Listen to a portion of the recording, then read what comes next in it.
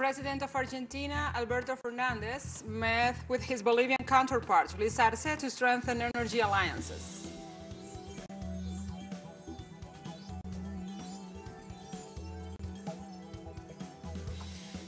The United Nations General Assembly voted in favor of the resolution on the suspension of the rights of membership of the Russian Federation in the Human Rights Council. And the president of the Yemeni government, Abso Rabu Mansour Hadi, announces a presidential council to which he delegates all his powers.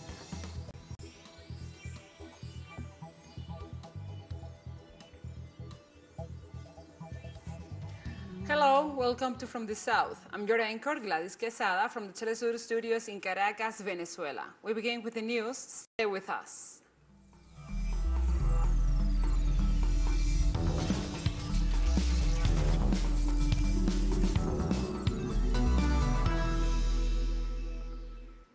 And the president of Argentina, Alberto Fernandez, met with his Bolivian counterpart, Luis Arce, to strengthen energy alliances. The president of Bolivia, Luis Arce, arrived in Argentina, where he was received by several officials and was honored as the head of state. The high government official headed the ceremony to present his respects before Juana Azurduy Memorial, located in the Plaza of Kirchner Cultural Center. After this event, Arce was received by his Argentinian counterpart Alberto Fernandez at the Casa Rosada, the headquarters of the central government, to discuss matters of mutual interest, such as the delivery of Bolivian fuel to Argentina during the winter months. Violence in Colombia doesn't stop, especially violence against indigenous peoples. On Wednesday night and early Thursday morning, Colombia's National Police Mobile Anti-Riot Squadron repressed displaced Embera families in Bogotá. The National Indigenous Organization of Colombia, ONIC, denounced the intervention of the police force who brutally repressed children and pregnant women. The raid left 3-year-old 5 children, 3 pregnant women, and 4 elders injured. Although the reason for that early morning raid has not been clarified, the tensions generated by the presence of almost 1,000 Embera indigenous people in the surroundings of the National Park of Bogotá and the efforts of the capital's mayor office to remove them from the area have sparked other conflicts.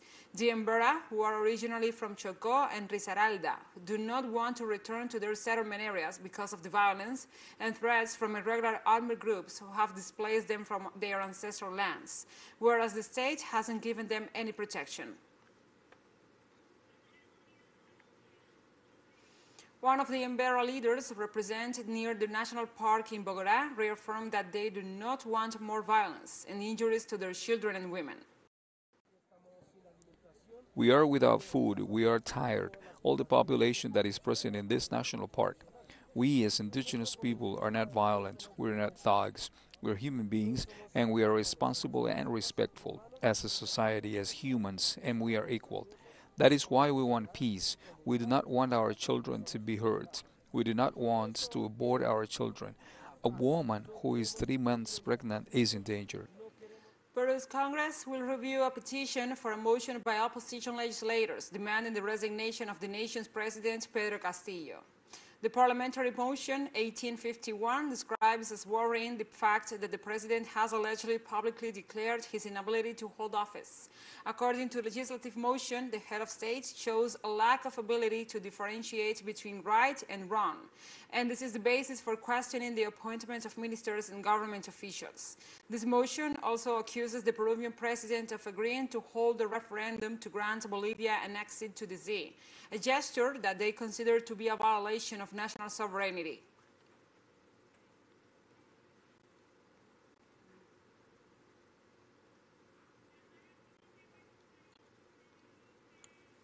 And the transport strike continues in Peru. Protesters from different regions maintain road blockades in the south of the country. The government of Pedro Castillo has declared a state of emergency on the national road network for at least 30 days due to continuing demonstrations and road blockades in regions such as Ica and La Libertad. During this time, the national police, together with the army, will maintain internal control. pardon, according to the decree published in the country's official gazette on Thursday morning. The transport workers' strike has intensified, and there have been incidents between the demonstrators and police and security elements in the last few days. The Minister of Justice, Felix Chero, assured that there are infiltrated groups in the recent demonstrations.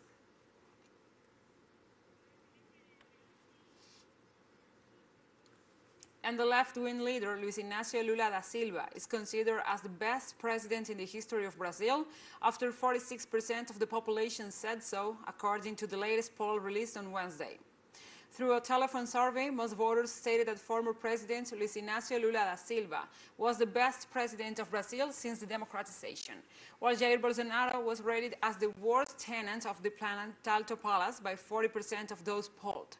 When asked who will be the worst president of the country, people answered Fernando Henrique Cardoso with 15%, Itamar Franco with 4%, Michel Temer with 3%, José Sarney with 2%, and the ousted former president Dilma Rousseff with 1%.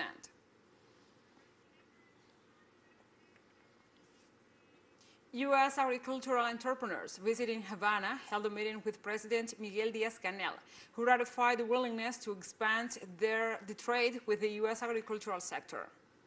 The representation attends the third Cuba-United States Agricultural Business Conference, in which members of the sector from both nations analyze the opportunities for exchange. President Díaz-Canel assured that the North American agricultural business persons have been able to understand and promote bilateral relations and recognize that there is potential to forge roads and bridges together. Hours before, the president of the Agricultural Coalition, Paul Johnson, reaffirmed that the blockade harms the farmers of both countries, but their presence in Havana is proof that they have the will to work together and resolve the difficulties.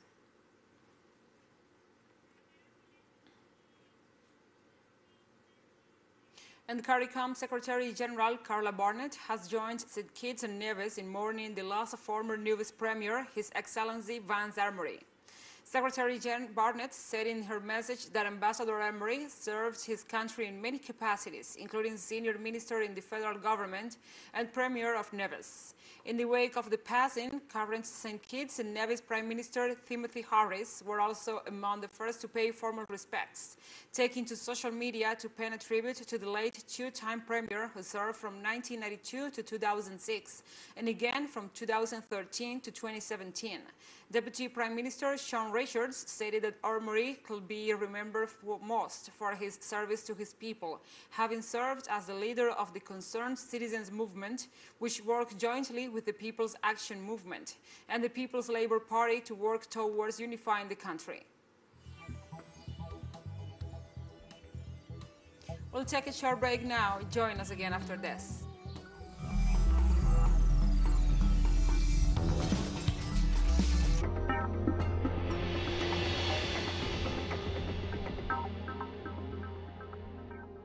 In a world that doesn't stop, we give you space to keep up to date. Take a moment, breathe, and take care of your physical and mental health. Balance your well-being and guide your body.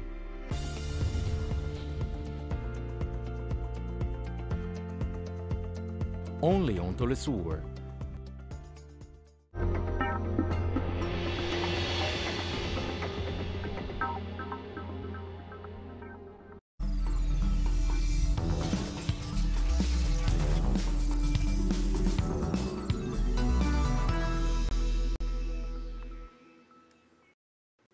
Welcome back to From the South.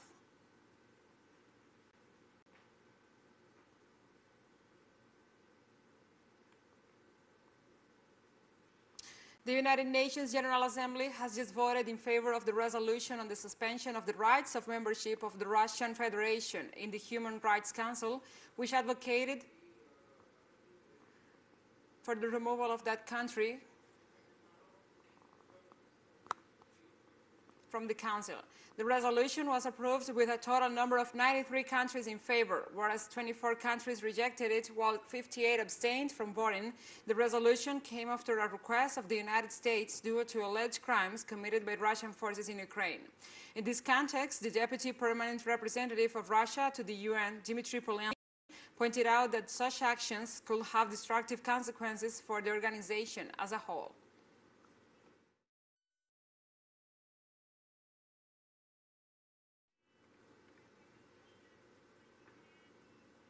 And speaking before the United Nations Security Council about the ongoing conflict between Russia and Ukraine, Russia's Deputy Permanent Representative before the international organization, Dmitry Polyansky, emphasized the resolution has no relation with the actual human rights situation on the ground. In fact, the draft resolution we're considering today has no relationship to the actual human rights situation on the ground. I would like to repeat or quote our note, which the ambassador mentioned. What we're seeing today is an attempt by the United States to maintain its dominant position and total control, to continue its attempt at human rights colonialism in international relations. Meanwhile, Venezuela's representative before the international bodies stressed the central role of the United Nations in facilitating the peaceful solutions of conflicts through dialogue. A month ago in this assembly, we insisted on the need that the United Nations have a central role in facilitating the peaceful solutions of conflicts through dialogue and political negotiation. We regret today that the road has taken of escalating tensions and that divisions have increased among members of the United Nations. That is the wrong path. And the Cuban representative before the United Nations Security Council said the use of the clause of the suspension of membership of the Council will not favor finding a peaceful, lasting, and negotiated solution to the conflict in Ukraine. We defend the objectivity, impartiality, and transparency in the work of that body.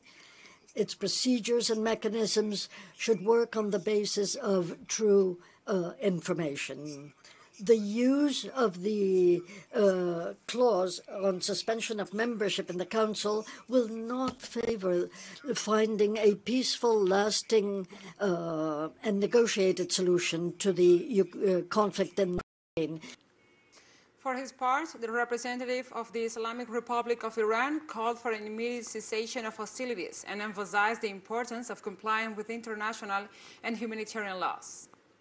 Iran remains deeply concerned about the continuous deterioration of the humanitarian situation in and around Ukraine, which has sparked significant alarm in the international community.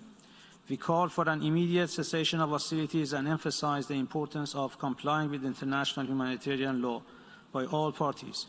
We repeat our call for unimpeded humanitarian access to all areas of the armed conflict in Ukraine. And our special envoy to Ukraine, Alejandro Kirk, brings us more details about the lives of the refugees in the Donbas region. Go ahead, Alejandro.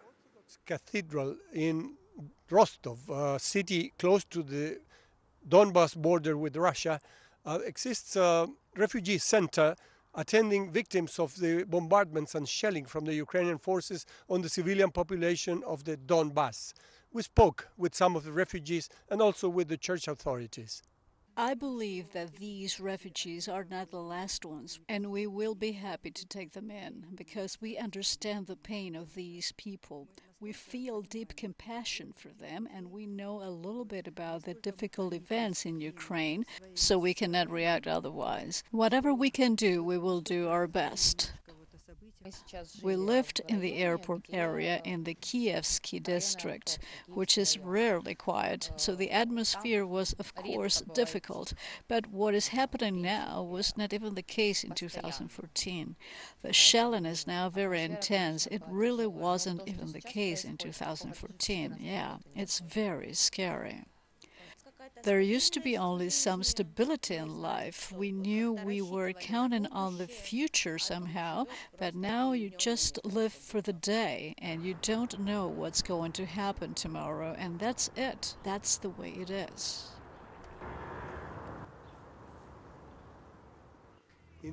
And we thank our special envoy, Alejandro Kirk, who is there in the Donbas region reporting for us. And we have more news coming up after a final short break, so stay with us.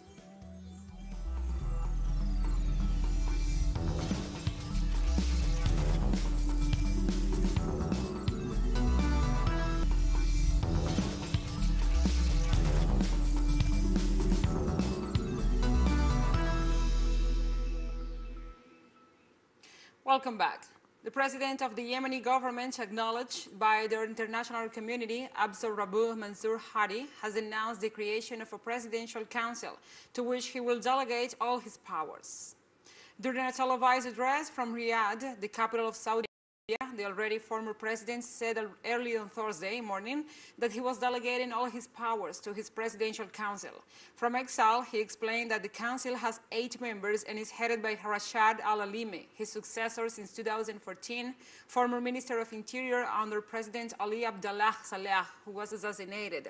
For many, including the delegation from the United Nations, the decision is one of the most important steps taken since the beginning of the war.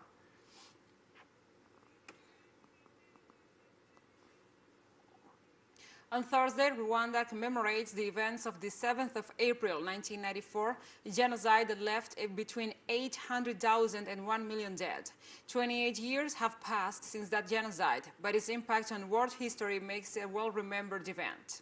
During those days, 2 missiles shot down the plane in which the president of Rwanda, Juvenal Habyarimana, and the president of Burundi, Cyprien Ntaryamira, were traveling. The Tutsis were immediately blamed. The next day, 7th of April, the stage was set for the killings and other crimes against Tutsis and Hutus across the country. Yet, the United Nations not only ignored the facts sent by General Romeo Dallaire, warning of the slaughter that was being prepared, but member states refused to respond with additional troops.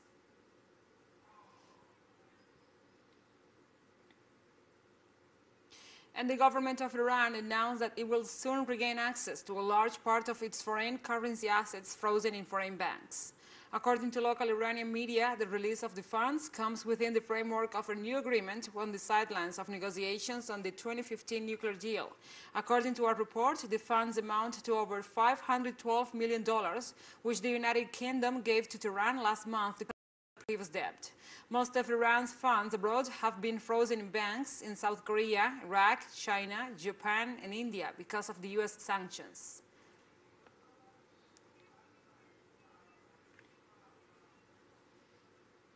In Syria, mercenary forces controlled by the United States practice forced recruitment of young men to make they do for the shortage of fighters. The U.S. mercenaries and the separatist militia of the so-called Syrian Democratic Forces continued their repressive practices in the northeast region of Al Jazeera.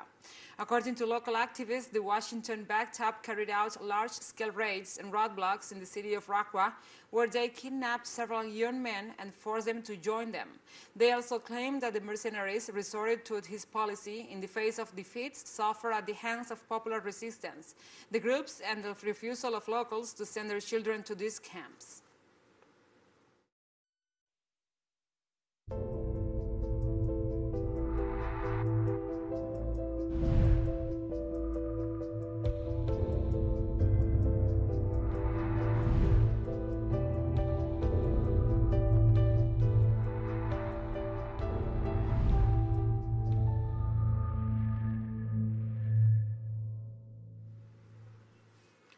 And Japan will lift its immigration veto on Friday for 106 countries, including the United States, the European Union, and much of South Asia, leaving the rules in place for another 56 countries.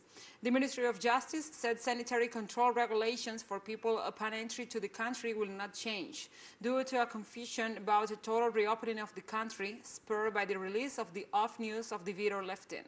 Japan has kept the archipelago virtually isolated since the start of the pandemic, until a few months ago it started progressively relaxing sanitary control measures.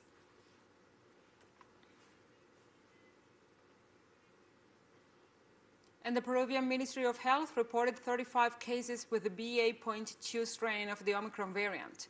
COVID-19 cases have declined significantly in the country, which is at the end of the third wave. The genomic surveillance team at the International Health Institute found 31 samples with the BA.2 strain. Meanwhile, the Peruvian University Cayetano Heredia detected 3 cases, and the National University Mayor de San Marcos found another one. The first cases of BA.2 variant were discovered in Lima last February, and a larger number in mid-March. This new strain is considered to be more transmissible than the original Omicron variant, and it was increased swiftly in Europe and Asia. In South America, it has already been detected in Brazil, Chile, Argentina, Colombia, Ecuador, and Peru. And like this, we have come to the end of this news brief. But remember, you can find this and many other stories on our website at telesurenglish.net. And also, if you feel so inclined, please join us on social media for all the latest news. We are on Facebook, Twitter, Instagram, and Telegram. For TeleSUR English, I'm Gladys Quesada. Thank you for watching.